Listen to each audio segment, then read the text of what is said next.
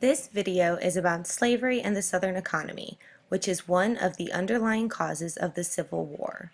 In class on Thursday, we will be discussing other causes of the Civil War, but this cause deserves a little extra attention.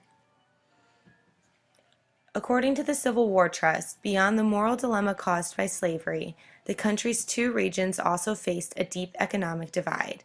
In the agrarian South, slaves accounted for more than 1/4 of the population, while the North had a strong agrarian backbone marked by improved farmland and mechanized techniques. The region also had a booming manufacture-based industrial economy. In 1860, of the 128,300 industrial establishments nationwide, only 18,026 were in the South. This chart breaks down what the paragraph on the previous slide was saying.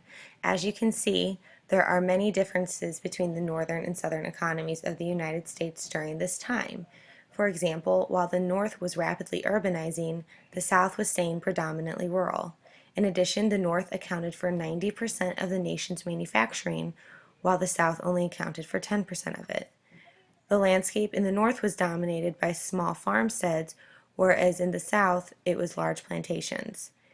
In the North, people were seeking careers in business, medicine, education, and engineering, while in the South, they were focused more on careers in the military and agriculture.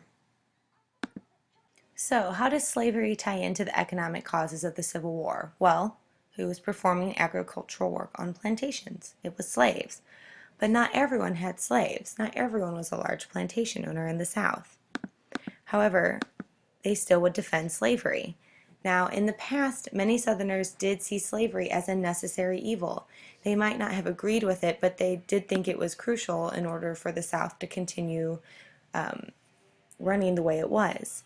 Now, in the 1830s, a new belief is going to emerge, and they are going to start seeing slavery as a beneficial institution. John Calhoun, who is a politician from South Carolina and a passionate supporter of slavery, is going to say that slavery is a good, it is a positive good. He is also going to be one of the first to argue that any state had the right to secede or leave the Union if it disagreed with national laws. So, for example, if they had tried to pass a national law to abolish slavery, his belief was that then a state could leave.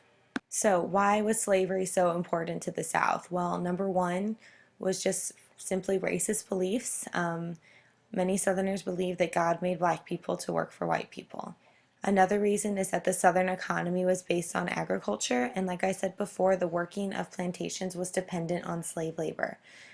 Now, like I mentioned before, what about those poor Southerners who didn't own slaves?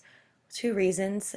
We are an optimistic people here in the United States, and they were optimistic back then, and they believed that one day they would be a part of the upper class, and many aspired to become slave owners, and so they didn't want the opportunity to own a slave to be taken away from them. So let's quickly recap what we've learned. Number one, the northern economy and southern economy are opposites, which if you have ever tried to get along with someone who's completely opposite of you, you know that sometimes it is tricky to see another person's side of things. Another reason, or another thing we learned is that the southern agriculture economy was dependent on slavery, and that even Southerners who didn't own slaves supported the institution because they were, one, racist, and number two, they wanted an opportunity to own slaves of their own someday and did not want the institution to be taken away from them. So I hope you enjoyed this video. It's the shortest one yet.